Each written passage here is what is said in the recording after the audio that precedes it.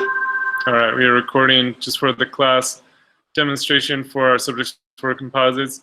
So again, we have, the key thing is really focusing on matching the camera perspective, which is your angle, right? The light quality and light angle, and the camera or the lens settings that you shot your background photos with. And so out of your 20 photos, or maybe you have more than 20 photos, really try to analyze the three main background photos you want to use. And so what we want to do is match the three backgrounds you selected when you shoot your subjects.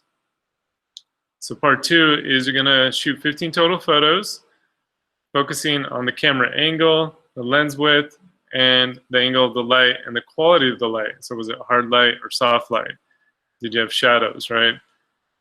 So then we match the subject to the background. Each person photographs at least 3 subjects or objects 5 different ways. So basically, if my brother was a subject or my cat was a subject, I would take 5 pictures, maybe from different angles of light. Quality light, I could put it in the shade, put it in direct sunlight, maybe put the sunlight behind the cat or to the side, you know, or shoot from a couple different camera angles. So shoot about 5 photos per subject. I would shoot more than that, but at least have 5 per subject. So then if you shoot 3 different subjects, you'd have a total of 15 photos, right? So again, try for different quality and angle of light, hard light, soft light, backlit, side lit, front lit, right? Different camera and lens angles in hopes that 3 of your photos match your 3 backgrounds that you selected for your 3 final composites. Then you're gonna upload those either to a Flickr album or create a Google Doc or slide, and then turn that in January 5th on Tuesday for 40 points. So again, not editing these photos. We'll do that for our final composite. We're just shooting a lot of subject photos. And so the more variety you shoot with, the more options you give yourself, and then hopefully 3 of those subject photos matches the 3 backgrounds you're trying to put them in. So for example, showing the student examples, so that's not really a good one, but this one's a good one. So when they shot the background, they had to think about, you know, this was in shade, right? There's no direct sunlight hitting the box office, the background photo. So when they went and shot their subject, right, they want to make sure it was no hard shadows, no direct sunlight hitting their subject. Then they had to think about the angle, right? So they were kind of shooting up at this box office, so they need to kind of shoot underneath and shoot up at their subject. Same with this one, did a really good job matching the hard light, right? So the background photo with the speaker, we got the light coming from the side, we got hard shadows, you can see the hard shadows here and here, and you can see it's like a hard edge right here. So we need that same kind of angle of light and the quality of light when we shoot our subject. So they shot her with the sun coming from the side, hard shadows, hard light, right? And then if they were shooting, putting her on top of this little ledge here, they'd want to shoot up at her. So that's what they did. They got a little underneath her and shot up at her to match the camera angle. Same with here. So this one again, they shot the background in shade, so they needed to shoot her in a kind of shaded area where you didn't have much direct sunlight. This one did a good job too. The sun was behind. You can see it's like leaving this kind of top edge light on the hedge. You can see the angle of the shadow here. So we needed to shoot the kitty with some kind of back edge light happening, which you can see some. It's probably not as hard light. They probably shot this in a shaded environment. So you can kind of tell here, it would benefit from having a hard light edge here on the top of the cat. It's kind of got on the tail and the back of the legs and the head, but it's more soft light. This one again, so flat hull lighting. So if you can shoot it in the same, if you can shoot your subjects in the same location, then it would have the same lighting, right? Let's go. This one I thought was a really good job. So again, paying attention to the angle of the sun, the quality of the sun. Is it hard light or soft light? Is it cloudy day or sunny day? It's pretty sunny. So we need to shoot our subject on a sunny day. And so that's what they did. The sunlight was behind him. You can see a little edge light on the top and the back of his head here, on his shoulders. And then shooting, again, because they're shooting up at this ledge, so they needed to shoot up at him. So they basically just had him sit on a box, you know, like one of those like electrical boxes, and shot up at him to match the angle. So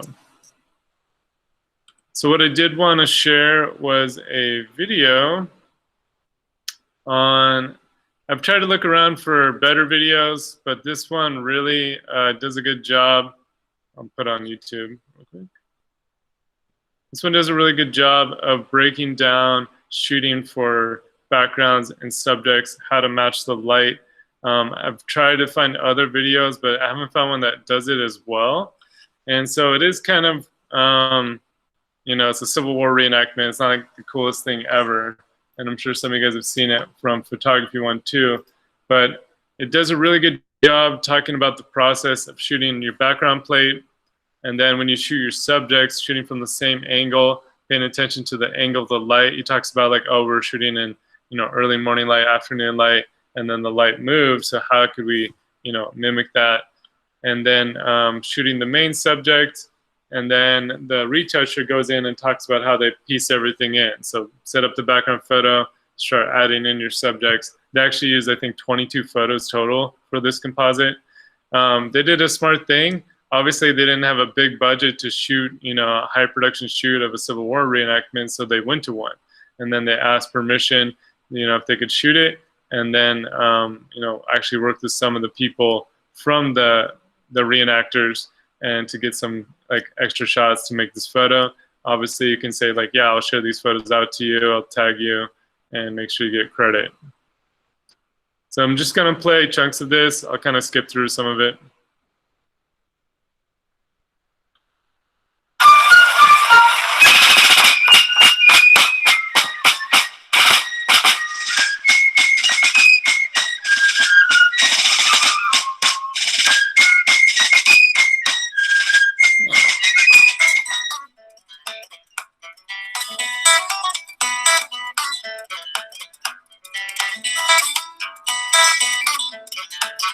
In today's Slanderlands lesson, we're shooting in the Concord and Lexington area of Massachusetts. This is the perfect place to shoot the elements or plates that we're going to need to create our composite image showing a Revolutionary War battle.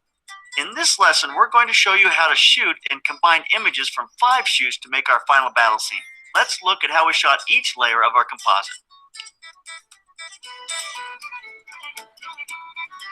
When shooting a composite, it's best to shoot the background plate first. This gives a framework for the final image. I knew I wanted a hillside so the scene could have images higher in the background, a place to put the cannons and the other army. I really wanted something that was shot in the Minuteman National Park, adding that kind of historical significance to the final image. You gotta add 1 second. To be a great photographer, there's one thing you need to understand, and that's lighting. It's true. Julian and I walked the fields of Concord, where the Continental Army first fired on the British. We looked at the field in Lexington, where the first American casualties occurred. The place we finally settled on was on Battle Road. You know, I've been looking for this background in several different places, but we found this little home with a field. This will become the perfect background plate. I'm going to shoot it on at least 2, if not 3 levels. The first one I'm going to shoot at is eye level. I also shot this at a very low level. This gives me options when we go to composite. The reality is I need to make... So again, he's taking time shooting from different camera heights to give himself more flexibility to when he goes and shoots his subjects, what camera height he shoots from. A decision, which level am I going to shoot this at, so I can shoot all my other images the same. In the end, we decided on the eye level image. This will become the camera angle for the rest of our shots. So once he figured out, okay, I'm going to keep everything eye level and use the same camera, same lens, I'm going to shoot my subjects from the same angle, right, with the same setup. You know, we needed battle images of the Americans clashing with the British. It's a pretty expensive proposition to get everyone together to create such a scene. Too expensive for our budget, so we headed to a reenactment to shoot our battle scenes. At a reenactment, we have soldiers shooting at each other, all in their uniforms, black powder going off. It really gives us all the texture we need to create the background battle scene. We shot images of the actual reenactment from the sidelines. I was not able to stop or control the process, so we got what we could get from the sidelines, from the spectator's point of view. I tried to focus on confined groups that we could cut out for the final image. I knew that I wanted a cannon group up on the hill, so I was shooting that group and the smoke that was coming from the cannons without cropping them. If I keep them isolated, then I can reduce them and use them in the background. Uncropped groups are far more valuable than things that are cropped. That is a really good tip when you shoot your subjects. If you shoot your subjects and you cut off their hand, like on the side of the frame or their foot or their head, right, you can only put them on that one part. So try not to crop off your subject. Try to get the whole subject in the frame and watch your edges so you don't crop them out. Group of images we're going to call the background battle images. That's our second shoot. I got some great glide cam shots as I follow people walking down the street. The next shot is going to be the foreground battle. You know, I wanted more control of this group, so I asked a group of reenactors to come to the field at the end of the battle so we could shoot them running together, kind of clashing together. So I'm going to use the ambient light as the main light source. Here's our first image with just the ambient light. I am now trying to get my light to match the light we had on the battlefield earlier in the afternoon. Now I've added a strobe from camera right behind the actors to act as a rim light and imitate the sun we had earlier. Here's our final image with the strobe light on camera right. I'm going to allow our actors to blur as they run together. That gives a feeling of motion to this background plate. Sorry for the ads. I swear like more ads are popping up now on YouTube.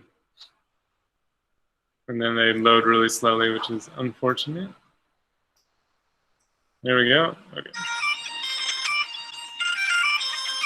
I'm using a Dynamite Power Pack with a PhotoFlex large softbox as my light source. I'm going to run this with this portable Dynamite power source.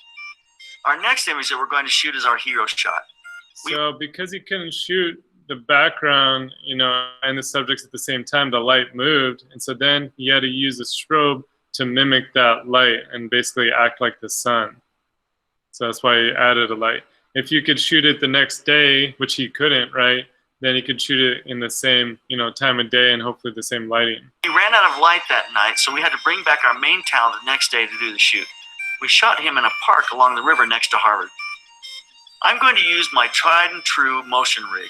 It simulates motion and allows us to control the look of the talent's clothing and their feet. I shot Donny Osmond using a rig that is very similar to this. So this was, oh, sorry. This was the main hero shot where he's holding the flag so it looks like it's blowing in the wind. It looks like it's full running.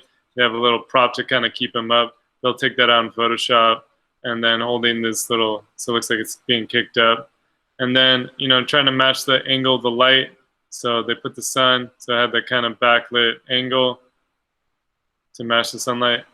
Then they get into pyrotechnics and then take photos of explosions. You'll see they're shooting it against a white background, which helps to cut out subjects when you shoot it in Photoshop. So if you can shoot against a solid wall, that would be ideal. So this is when the retoucher talks about how they made the photo. Final image after all the compositing is finished. Jelena is now going to take us through the compositing process from a placement and perspective point of view. Okay, this image is a composite of about 22 images. Here's the background, and we chose an image that has this house and the trees high in the background so that it would still show when we place other images in front of it and create a sense of depth. In our next image, we have 4 different images of British soldiers. There's kind of a ridge here that I could place them on so that they blend in well with the background. Okay, in the middle ground, we have a skirmish going on, and this is a composite of 4 images as well.